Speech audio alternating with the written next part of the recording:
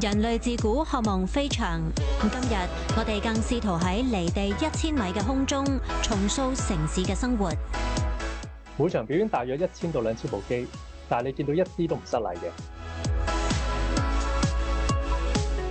讓這個飛機飛到陽台裡去，完成這個最後1公里的這個物流運輸。從飛行表演、送外賣到物流配送，無人機嘅用途越嚟越廣泛，低空經濟大有可為。政府喺年初推出監管沙盒試點項目，測試各種新技術喺本港嘅應用。不過香港嘅地理環境同埋法例，令發展低空經濟面對唔少挑戰。我哋嘅樓宇真係好密集嘅，比世界任何一個地方都要穩實。當然執行上一定係困難咗啊！對於安全嘅要求係會更加高。主要依家香港都係受嗰個法例安全性去捆綁住。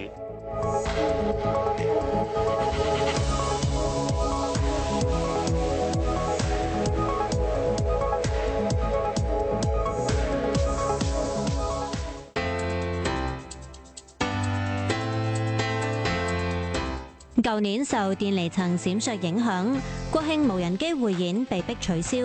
不過今年就喺灣仔海濱上空順利上演，1200架無人機要喺維港嘅夜空中排出令人驚嘆嘅圖案。咁除咗要睇天之外，仲有幾多難題要克服呢？喺香港做無人機表演咧，其實我會形容係全世界最嚴嘅。因為我哋法例咧，首先我哋同內地唔同啦。我哋每做一場表演咧，其實我哋嘅飛機啊，要距離人啦、車啦同埋船啦，就要超過50米嘅。我可以形容呢個全世界最嚴㗎啦。另外就係我哋要避開空中服務隊啦，同埋我哋會有好多限制嘅，所以令到我哋其實唔可以周圍去飛，甚至乎太夜去飛咧，其實都會牽涉到一個光污染問題。維港上空屬於禁飛區，禁止放無人機，要喺呢一度做無人機表演就要過關斬將。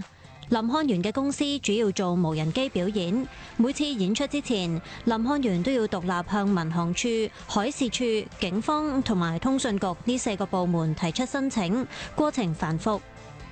我哋同民航處咧都仲係不斷咁去摸索緊嘅，咁好多法例都係修訂緊。如果以無人機表演咧，其實而家我哋維港啦，大約5至6個點啦，喺入邊我哋每一個點咧，其實因為維港入邊牽涉就好多啲人車船嘅安全問題。佢話通常要等1個月先至可以攞到飛行許可，就算獲批，亦只能夠做1次表演。同內地一啲可以常態飛行6個月嘅旅遊景點相比，仍然有好大差距。雖然諸多限制，但係林漢源依然投入大量資源，繼續喺香港放飛機。點解呢？比內地咧，我哋見到情況好唔同，因為內地咧就比較空曠，好多土地啊，亦都好多地方係選擇做表演。但係同香港分別就係，因為我哋香港擁有維多利亞港係全世界最漂亮嘅景觀，咁所以你見平時我哋會睇內地可能過萬部飛機，但係都未必及我哋喺維港入邊做幾百甚至乎1000零部機咁漂亮。原因就係我哋會見到喺香港嘅表演咧，其實我哋會加入咗我哋嘅城市嘅景觀，令到成個表演更加去生動。不過維港兩岸樓宇密集，要揾到一個合適嘅表演場地，亦都唔容易。但係偏偏維港就係最人口密集。我哋而家面對問題咧，就係喺香港邊嘅土地好稀缺。例如我哋要飛2000部機啦，可能我哋要用等船咧，入邊每一架等船，我哋只可以裝到800部機。咁飛2000部機，我哋要3架等船嚟喎。所以我哋有時會揾一啲合適嘅地方、足夠地方咧，咁都係有一定困難嘅。雖然喺香港做無人機表演阻力唔少，但係林漢源話維多利亞港嘅景色喺第2度揾唔到，係獨一無二嘅優勢，可以吸引更多國際品牌同埋遊客。其實會 feature 翻一啲唔同嘅藝術作品，特別係 IP， 然後我哋會用翻維港做背景，咁呢件事係可以宣傳到香港嘅。咁另外就係，即使我哋飛機相對內地可能數量會較少，但係因為我哋善用咗維港，所以做出嚟設計就更加獨一無二同埋漂亮。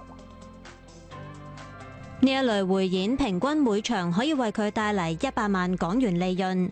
直至今年12月，佢哋喺香港會做大約30場，不過相比喺內地重慶嘅90場，足足係香港嘅3倍。呢一個名為魅力重慶嘅無人機匯演，逢星期六舉行，每一場演出之前唔需要再獨立申請，想飛就飛。